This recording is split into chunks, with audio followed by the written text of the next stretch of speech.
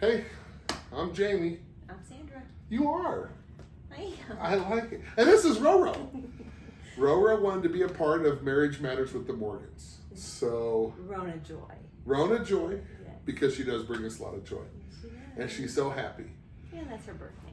And it's her birthday, Joy. So, listen, we want to just first off apologize for not starting sooner. I mean, we recorded the original video. Like our intro. Goodness. What was that, like before Thanksgiving, I feel like? Was it really? I feel like it was that long. So, but that's okay. Like, life happens and we're business owners and, end of year stuff and then holidays and all of it, right? It's just been really busy. And we've tried to figure out our setup. We didn't like how the first video looked. So, we brought these chairs from the office and we'll probably get rid of this stuff here eventually, but I don't know. We'll see. This is our favorite movies as a family. That's Willie Moe's favorite movie, Star Wars. One of my top 3, at least, is Tombstone, and then Mama has the Avengers Endgame. Right.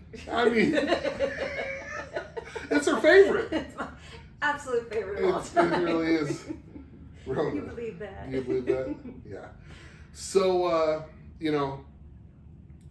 now that the holidays are over, I think it's important to talk about, like, what I've noticed in my practice, but really I've even noticed this with friends, Yeah. right? And that's how important it is for a marriage to be united. Yeah, I mean, we've seen a lot of people that there's assumptions that they're on the same page and they move forward without actually confirming that they are in agreement, whether it be where you go to spend, your Christmas vacation or whatever. Are you going to see family? Are you going to stay at your family's house? Are you, whatever it's going to be. Mm-hmm. If you don't have that base of communication, then a lot of times there can be some frustration and even resentment if you're not on the same page. So Yeah, and that's a really good point, Sandra. Like, the resentment is, I think, what really like hits people, right? Because if I'm assuming we're going to do something one way, and you're assuming that we're going to do it the other way, and then someone asks you, hey, what are you guys going to do? Oh, we're going to do it this way. Well, then a lot of times what people do is like, well, I don't want to cause a problem around the holidays, so I won't say anything. Yeah. Right? Yeah. I don't want to start a fight. Don't want to start a I don't want fight to start, yeah. at the holidays. At the holidays, because during the holidays, we're just supposed to lie and pretend everything's awesome, and we never fight, and we get along perfectly. Yeah. Right. But that's what happens, right? I know, there is that. And then there's also, if you don't do that, I do believe that there are plenty of places and people that do just knock down, drag out, just, no, this is my way, no, this is my way, and this is how we're going to do it. Yeah. That doesn't work. Yeah, that's right. So what is it, like, when you think about being united in a marriage, what does that really look like? Well, I think you can't it doesn't just happen, No. You can't just be like, oh yeah, oh no, here, I got your hand, we're united, we're in this together. Well, we are, but unless we have the ability to talk through what we're in together, then we're just guessing. I think that's a really good point, is that, and you may not even realize it, in order to be united, you have to talk through every situation. That's not always comfortable. No, that's really, really uncomfortable. Mm-hmm. Like, one thing that people don't know about me, because I don't project this at all, I'm conflict avoidant. I think people that do know you would have a hard time believing that. I would much rather find a way to not have conflict. Mm-hmm. However, I also know that, well, here, like Jordan Peterson says, conflict delayed is conflict magnified. Oh, for sure. Right? So for me, when I sense that we're not on the same page, I go straight in on that. I want to we got to figure this out. Right. Because I don't want it to fester, and it could be something really small, but by the time we actually get to talk about it, it could be a giant thing, and I don't want that. So, and that's with anybody. That's with friends. You know, I've had situations where, you know, maybe I was misunderstood or something, or maybe I said something, I hurt someone's feelings, whatever, right? And then I don't want to confront. I don't want to talk about that. Let's just pretend it didn't happen and go along to get along, right? Yeah. But I'd much rather talk about it, get it over with, and just figure out how to move forward. Right.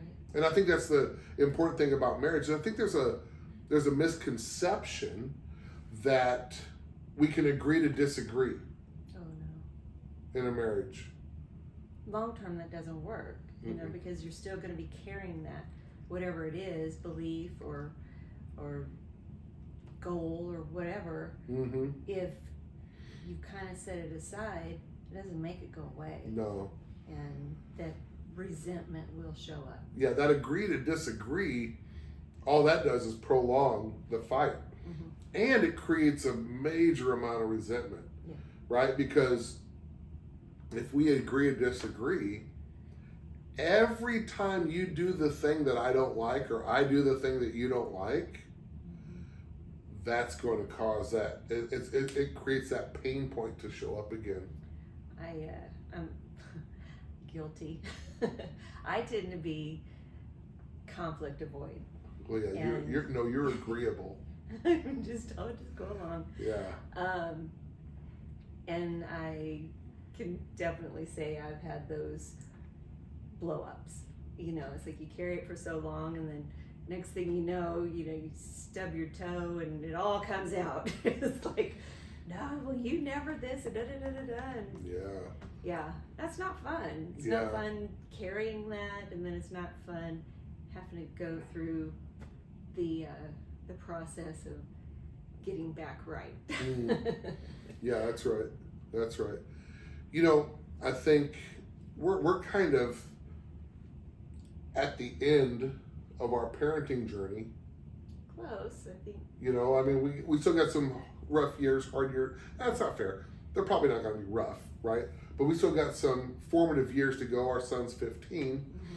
But, you know, throughout our journey with him, for sure, boy, I think, you know, one of the keys that really helped us, I think, get along and really avoid any major fights about parenting is because we were on the same page. Yeah. Well, we planned, you know, during our planning, and, you know, and if anybody knows our story, we had a lot of miscarriages. We had a lot of, you know, dreams dashed in the waiting for our miracle. And so we did have time to, you know, talk and dream and plan, and also just in different things that we discovered along the way, different programs and theories and ways of parenting we talked about and agreed on. One of the greatest things ever was the choice theory. And, you know, making sure that we can avoid a lot of fights, especially with children, by understanding that they want input. They want the choice to be theirs. So we just short-circuited that, or I guess maybe is it a hack? Yeah, that we let them choose from the choices that we choose. Yeah. So instead of saying, hey, what do you want for dinner? It became, do you want fish sticks and macaroni and cheese? Or spaghetti. Those are two things that we're willing to do. Which one do you want? Right. And that way we're not, you know, mom and dad don't become short order cooks as well. Right? That's super important. Right? And I think, I mean, just that kind of thing made those early childhood year things a lot less frustrating. Because we didn't have some of the struggles and the trials of parenting. Now, not that we didn't have any. He's a strong-willed kid. He knows what he wants, and you know that was a challenge too. Just for me, because he would test me, and not so much you. But it really even at that wasn't bad. Yeah. So so when you think about being united in parenting, unity doesn't mean uniformity, but unity does mean that you're on the same page. So here's how I like to describe unity in a marriage. If, let's say I play piano and you play the drums, okay? Now, if I'm playing Tchaikovsky and you're playing Metallica, that's going to sound all kinds of crazy, right? That won't sound good. But if we both play Metallica, you're playing drums, I'm playing piano, we're in harmony, right? So we're on the same sheet of music. So with parenting, what are some things that you've noticed, and if not, I can come up with some for sure, right? What are some things that you've noticed that parents are not in harmony about when it comes to parenting?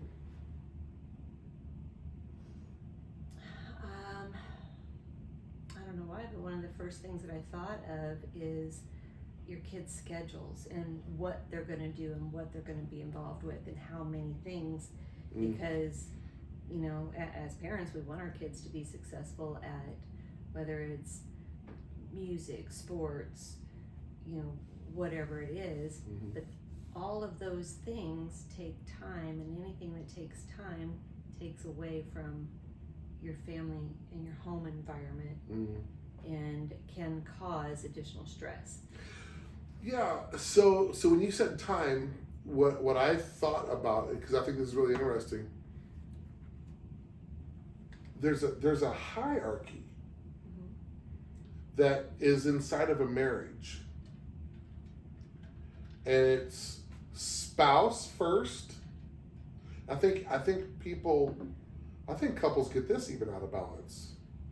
Oh. Spouse first, then child, then like close family, then extended family, And friends. and then friends, and so on and so forth. Yeah. Right? And I think a lot of parents get caught in that trap of putting their child before their spouse. Right.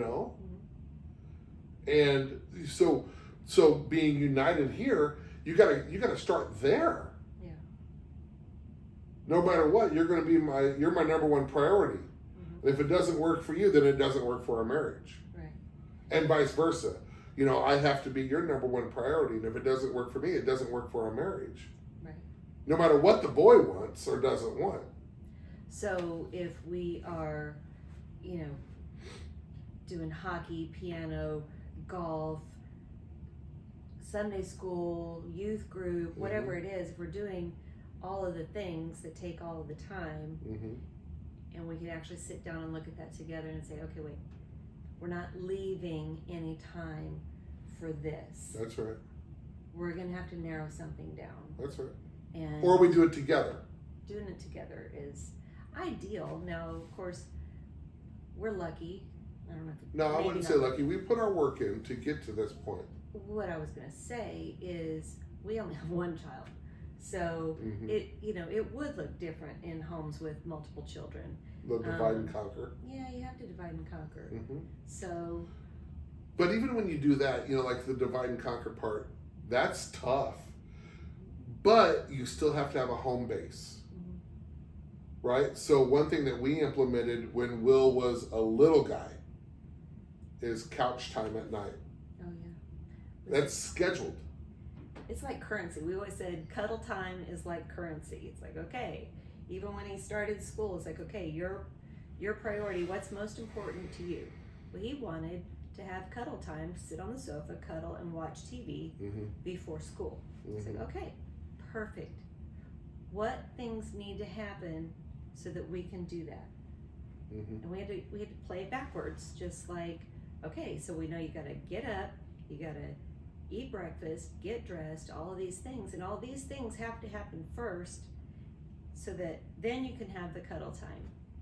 And that works great because it sets it up. It's like, okay, well, we only have this much time. You do your responsibilities, then we have time to do what you want to do. If you don't, this is where we get it. If you don't, or you delay, you don't get up in time, you drag your feet getting dressed, whatever it might be, well, you're just taking away from your time. You're that not, you want. That's right. you're not taking away from all the time, but now I'm sorry, we're still here. We can still cuddle, but it's just going to be a minute instead of 15 minutes. That's right. So. That's right. Where people really have a hard time with this priority system is when it's a blended family. Oh, yeah, for sure. You know? Well, yeah. Because you come into a blended family and I've got my kids and you've got your kids, well, chances are there's been some hurt. Well, yeah, that's yeah. But you've been hurt, so this child that you have it's mine, and that's reasonable. And then, you know, I've been hurt, so this is mine, right? And then we come together, you know, I think that's another thing. Like, you know, when you get married, you've got to get rid of that I, me, and my attitude. It has to be us, we, our. You got to start thinking as a team, right? It's not. There's no more individuality. You don't just do what you want to do anymore. It's an us. Well, because you're both impacted by. Yeah, and it's not that I have to ask permission or you have to ask permission, but it has to work for our marriage, and it has because we have to be on the same team about this stuff. Right. Right? What did we have? We had a rule. It was so funny when Will was small, and I was working, and you were working, and you know he was at preschool or whatever it was. We really had to manage our life structured with Google calendars. Oh yeah. And at one point it became like, okay, if it's not on the calendar, it doesn't exist. Yeah. And whoever's the first to the calendar yeah. is right. what wins. That's right. I remember I didn't get to go golfing because I didn't put it on the calendar. She put a party on the calendar for us. You know, I was and I'm packing up. I'm getting ready to go because I didn't even look at the calendar because we had just started this. But we agreed to it, and that's another thing, right? Like you have to honor your commitments in the marriage, right? So I'm ready to go. She's like, "Where are you getting dressed for? Where are you going?" So I'm going golfing. I told so and so that I meet him at noon or whatever it was. She's like, "Well, we're supposed to go to so and so's house at 2 for a barbecue." And I was like, "Well, I've already got plans to golf." And she says, "But it's on the calendar." On the calendar. And I was like, "Well, you're right." Yeah. And then I had to make the phone call. Hey, man, I'm not gonna be able to go golfing because we've already got plans. It eliminates arguments. Well, again, but you know what really eliminates the arguments is integrity, right? Mm-hmm. The integrity of if I made that commitment, I'm going to honor that commitment no matter how bad I want it. Because again, you're my priority. Yeah. Right? So being united in parenting means coming up with a set of rules for the household that we all follow, right, but that we parent together on, right? And being united in how we're going to live our life, what's going to be our priority. Well, that's something we got to talk about and we have to work through. And you're not going to have that all figured out in day one. And even at the end of year one, you're not going to have that figured out, right? We've been married now, in April it'll be 22 years, and I mean, we're pretty close to having it's smooth sailing, if you will. But there's still things, it's like, like we don't have conflict anymore. Fights. I digress. We have conflict because conflict is inevitable in every marriage, right? You can count on it, it's going to happen. But you have to have a strategy on how you're going to resolve the conflict. Right. And that's what we work towards. Because at the end of the day, the purpose, right? Like we go into an argument, a conflict, we go into that with the purpose of coming out on the other side united. Right. I don't want my way. And she doesn't want her way. It's what's going to be best for our marriage. Right. And I think that's super, super helpful, because we've negotiated a lot of things that way. Now, that doesn't mean that she doesn't get mad and blow up sometimes, or I get mad and blow up. Look, we're human beings, right? So we don't do it perfectly. But we have a strategy on how to manage a lot of this. Yes, and I think that is a lot of times what, because I think we get a sense, like when we are out of balance, we get like Yeah, you can I feel it. want to say I feel it in my Mhm. in my stomach. It's like it's just not right. Like we're not connected. We're disconnected, Mhm. and it becomes very apparent. Just little things, or you just don't feel it, and we recognize that now as, oh hey, we need to get back. We gotta drop everything, get back to our priorities, Mhm. and we'll do that. Yeah. So I want to go back and touch on a point though. Couch time, especially when William was young, you know, he went to bed at 7:30, then it became 8, then 8. But as soon as he went to bed, that was it. There was no negotiating on staying up later. It's like, no. This is mommy and daddy time. This is this is our special time. So we get to hang out now. So it's time for you to go to bed, right? And even to this day, when he goes to bed, like that, like we prioritize, we prioritize couch time together. Yeah. Because that's how we connect. Now, couch time, you know, It could be hot tub time. it could be hot tub time. That could be, you know, watching TV. It could be no TV. We're just talking. You know, it's really about connecting on an emotional level. I mean, that's what it really boils down to. Right. We do some of our best dreaming in hot tub time, right? But we Lately it's been our Friday morning, Saturday morning yeah, drives to nowhere. yeah. So that again, so unity Yeah. is having a routine, Yeah. having predictability inside your marriage. So the days that we're off, I'm off on Fridays and I'm off on Saturdays. You know, we wake up and we go for a drive. And Rona gets real excited about that because we get to go for a ride. Ooh. I said the word, I know, right? But we go for a ride, and you know, we go down to the gas station. She gets a coffee sometimes or an energy drink. I get an energy drink. I'm not a coffee guy, and we just drive around. And we have nowhere to go. We just drive around and connect. And again, now some days that's a lot of talking, and some days it's really no talking. You know, it just depends, and there's no right or wrong way to do that. Some days it's holding hands, some days it's not holding hands, but it's spending time together. You know, so I think unity. You should be on the same page as much as you can in everything that you do. So for a couple that may not have that, Yeah. or they could be listening to us saying, how do you even get there? Yeah. Like, how? Like Yeah. if you're starting from, we live 2 separate lives, we're on the go, I'm the one in charge of taking the kids, I'm doing all the things all the time, you're doing all of the things, whether it's working or, you know, doing whatever projects or stuff that you've got going on. Yeah. We're living our lives separate. There is no unity. In fact, the unity is so far gone. If you ask me something, I'm going to snap at you. Yeah. How, if you're in that position, do you get to unity? Yeah, you got to start small, right? You can't just say, okay, we're going to start doing everything together. That's not possible. That's not going to work, right? So you might say, okay, I realize. So this is another really good technique. So it's I statements, right?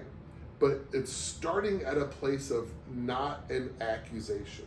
Oh, yeah. Okay?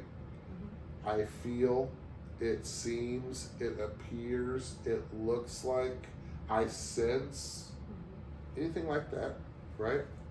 So I might say to you, you know, I don't feel like we're on the same page about a lot of things. And I really have a desire to get on the same page with you. And I might even notice, like, I realize that I don't put you first. Like I put my friends first, or I put my hobbies first or my desires first. And I want to do better at that. I'm not even going to ask her to do it because she's doing it too. I'm not going to go there yet, right? And I want to get connected with you again. So could we prioritize the evenings at some point in the evening to just sit down for 10 or 15 minutes and connect. Right? That's a good thing. Now, here's what happens a lot of times. People think they're connecting, but they're really just griping. Griping or just downloading? Well, no, griping like about their day or about their boss or about their coworkers or a job that they're doing, right? And look, that's important because you do need someone to share that with. But you got to limit that. So maybe 5 or 10 minutes. Right? Like, look, you come home, you can have 5 or 10 minutes to download, to complain, get it out, get it off your chest. But once it's off your chest and out, it's over. We don't talk about it anymore. We just move on. In your practice, do you ever make suggestions on like small things that couples can start doing together to build unity? Yeah. You know, it's something like, I know this is going to sound corny, doing a puzzle. A puzzle. That's really good because you're just sitting around. It's not hard work. It's a little mindless. You can It's just mindless and you can kind of Okay. pitter patter around, you know. I really like watching a TV show, like find something that you both like. Now, and here's what I hear a lot. Now, look, I don't like any of the stuff she likes and she doesn't like any of the stuff I like. I know, I got it. You can find something. It's not about you. And it's not even, you know, there's an old song. I think Trace Adkins sings it. And it's about his daughter. And the lyric or the name of the song, I think, is She Thinks We're Just Fishing. Oh, I think I've heard. Right? Well, yeah, we're not. Fishing is just what we're doing. But we're there connecting and making memories, right? And I think that's what you got to do as a couple. Go for a walk. It doesn't have to be a long walk. It doesn't have to be a strenuous walk. You ain't got to set no world records, but just go for a walk. Sit outside on your deck or your back porch or your front porch, right? But make time to spend, even if you're going to go grocery shopping. Don't ask, hey, do you want to go with me? Because my answer is going to be no. But say, hey, come with me. Okay, I'll go with you. Yeah. Right? Or I'd like you to come with me. Yeah, hey, I'd really like for you to come with me. Okay, sure. All right. Does that help? Right? Because, like, you know, it has to be something that you would normally do, you know? No, it's not just awkward and Yeah. just trying to. Yeah, but it also, it doesn't have to be this extravagant, we got to go to Paris and have dinner at the Eiffel Tower and that's how we're going to connect. No. It can be, hey, run to the store real quick with me and just get a snack. Or, hey, I got to go get gas. You want to ride with me? Come on. Right? And we just talk or just hang out. You know, how can you get to know someone better or how can you get close with someone if you don't spend time with them? Right. And I always think it's like, you know, especially people that get to the point of getting married, there had to have been a point in your courtship or whatever it was Yeah. where you liked each other and you were impressing each other and you Yeah. did things together and you liked being together. So it always just reminds me when people get away from that. Mm-hmm. It's like, man, you had it once. So You know what happens, Sandra? They quit dating. Oh, that's true.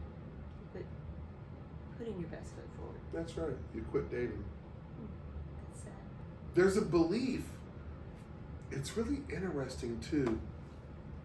And this was a life. This changed my life. You know, I was talking with my old boss, and you and I weren't communicating well.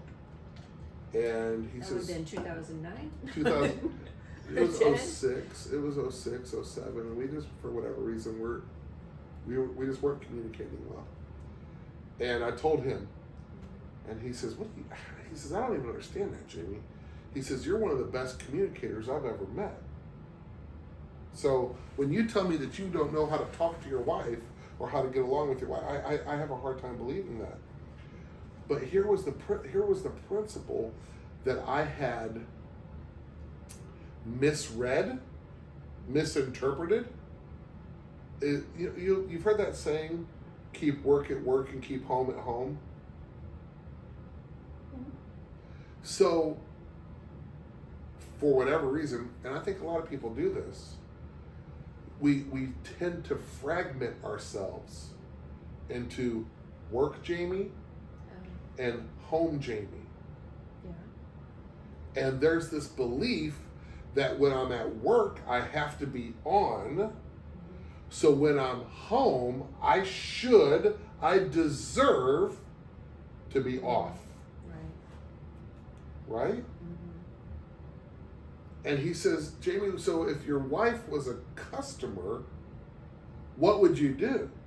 And I said, well, of course, I would just figure out how to make things work and, create a happy customer. He says, well, why don't you do that at home then? And that really helped me really kind of create this one Jamie. Because see, I wear a lot of different hats. I'm a hockey coach. I'm a hockey player. I'm a business owner. I'm a husband. I'm a dad. Right? I wear a lot of different hats. I used to think that wearing those different hats meant those were all different people. When I'm a hockey coach, I'm this way. And when I'm a player, I'm this way. And when instead of just saying, look, this is Jamie, and this is who Jamie is.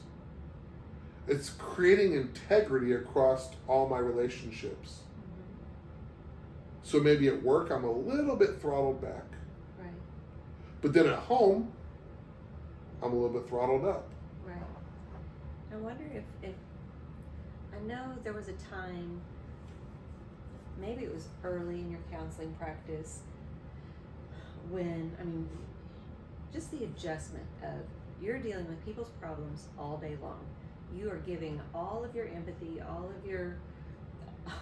of the goodwill that you have in you, and you get home and it's gone. Yeah. So, we had a person in our we used to lead marriage classes, and that's kind of another reason why we started this, because a lot of the marriage classes that we led, the people, they asked, are you guys doing anything else, right?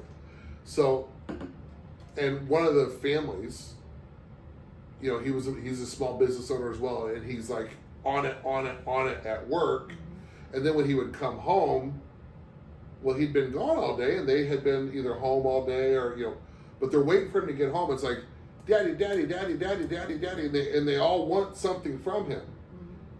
And, what we talked about was, why don't you take 10 or 15 minutes to orient yourself to home? So like, go to your bedroom, shut the door, change clothes, maybe do a breathing exercise, or just sit there and listen to music, whatever.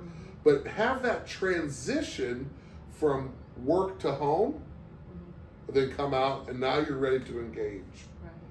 And I followed up with that guy, and he said that changed his whole marriage and whole dynamic at home. Right? Because he got that time to be able to be his best now when he interacted with the family. Right. So that was really helpful, for sure. Good? Yeah, I think so. Yeah? Cool, man. So, listen, we're really happy that you watched this. That's, what are we at? 33 minutes, almost 34 minutes. And we hope to do one once a week. I'd like to do one once a week. That sounds fair. And who knows what the heck we'll talk about.